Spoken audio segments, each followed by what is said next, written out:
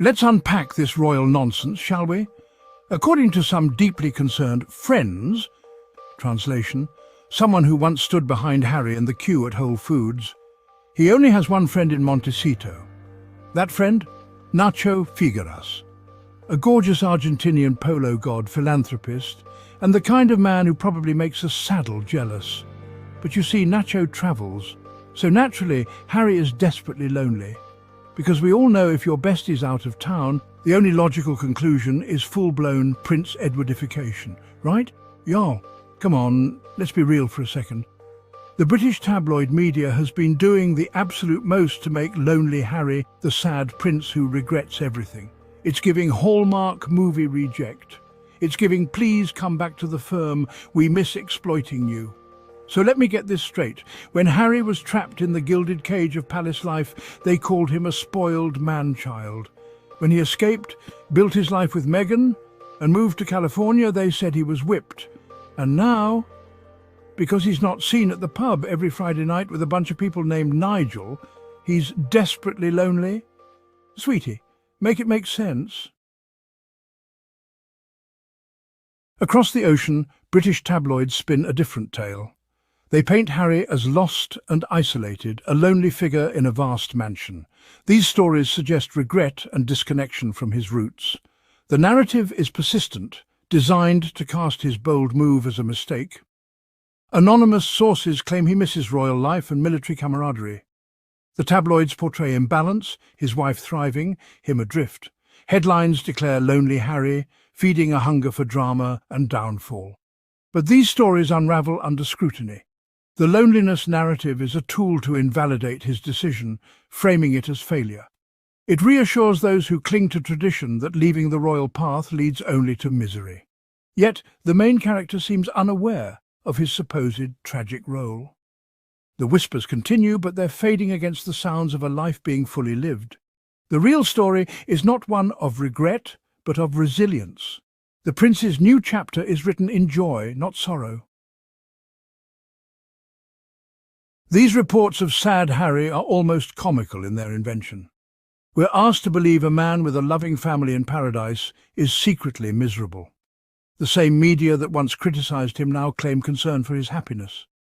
They twist ordinary moments, focused at polo, running errands, into signs of loneliness. It's a masterclass in seeing what you want to see. Imagine the melodrama.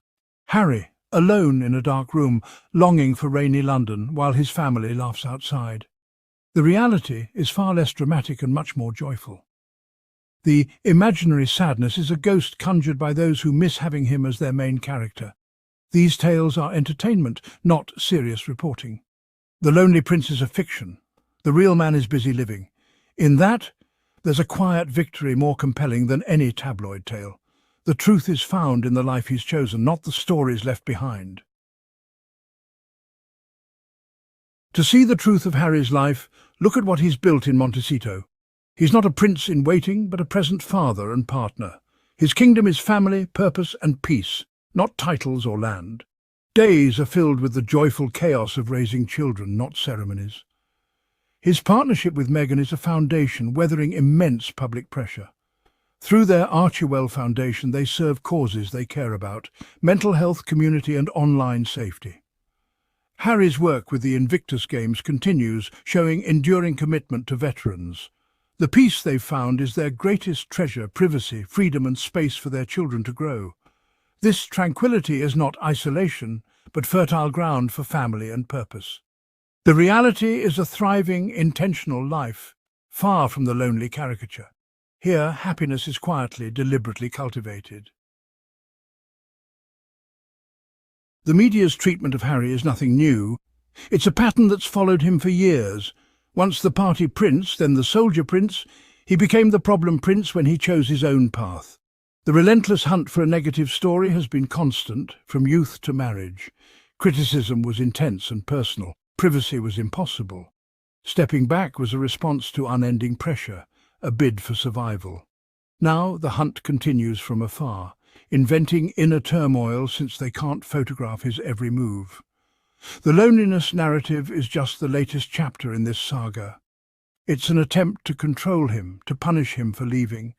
The message, his story, belongs to them.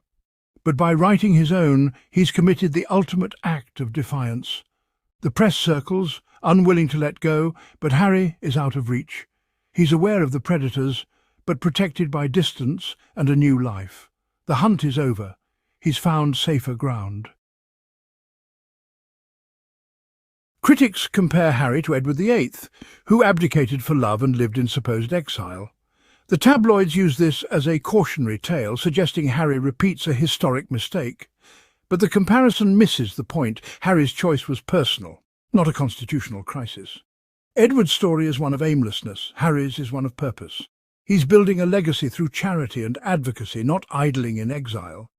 The real irony: what's meant as an insult could be a compliment. Like Edward, Harry followed his heart, prioritizing family over rigid tradition.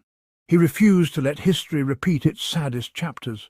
Critics reveal their outdated thinking, unable to see value beyond titles and power. Harry's choice redefines duty.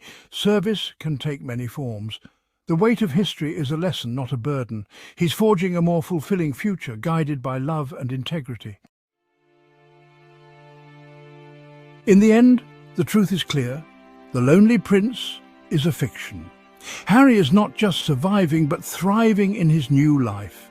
He's found partnership, fatherhood, and meaningful work.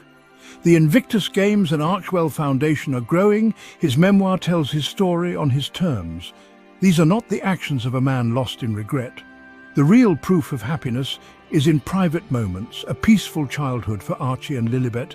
He's breaking cycles of pain, showing love and courage. His greatest success is his family's well-being. Let the whispers fade. They're echoes of an old world. The truth is here in the Californian sun.